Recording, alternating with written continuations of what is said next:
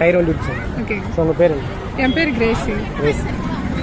இப்போது அப்பீதி ஜென்ரேஷனுக்கும் உள்ள ஒரு வேறுபாடுலாம் நீங்கள் எந்த மாதிரி சொல்லுவீங்க? அந்த காலத்தில் பார்த்தீங்க அப்படின்னா உணவு முறைகளும் சரி உணவுகளுமே சரி எப்படி கிடைச்சது நம்மளுக்கு வந்து இயற்கையாக நேச்சுரலாக கிடைச்சது.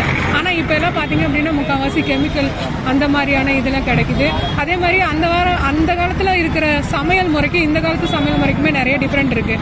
இப்போ பார்த்தீங்க அப்படின்னா அந்த காலத்தில் விறகடுப்பில் சமைச்சு அது நம்மளுக்கு சத்தான உணவாக இருந்தது, மண்பானையில் சமைச்சு சாப்பிட்டுட்டு இருந்தோம். ஆனால் இப்போ எல்லாம் பார்த்தீங்க அப்படின்னா ஹை ஃப்ளேமில் கேஸ் வச்சுக்கிறோம், குக்கர் இந்த மாதிரிலாம் இது பண்ணி நிறைய பார்த்தீங்க அப்படின்னா உடல் ரீதியாகவும் சரி மன ரீதியாகவும் சரி நம்ம இதில் வந்து அதிகமாக பாதிக்கப்படுறோம்.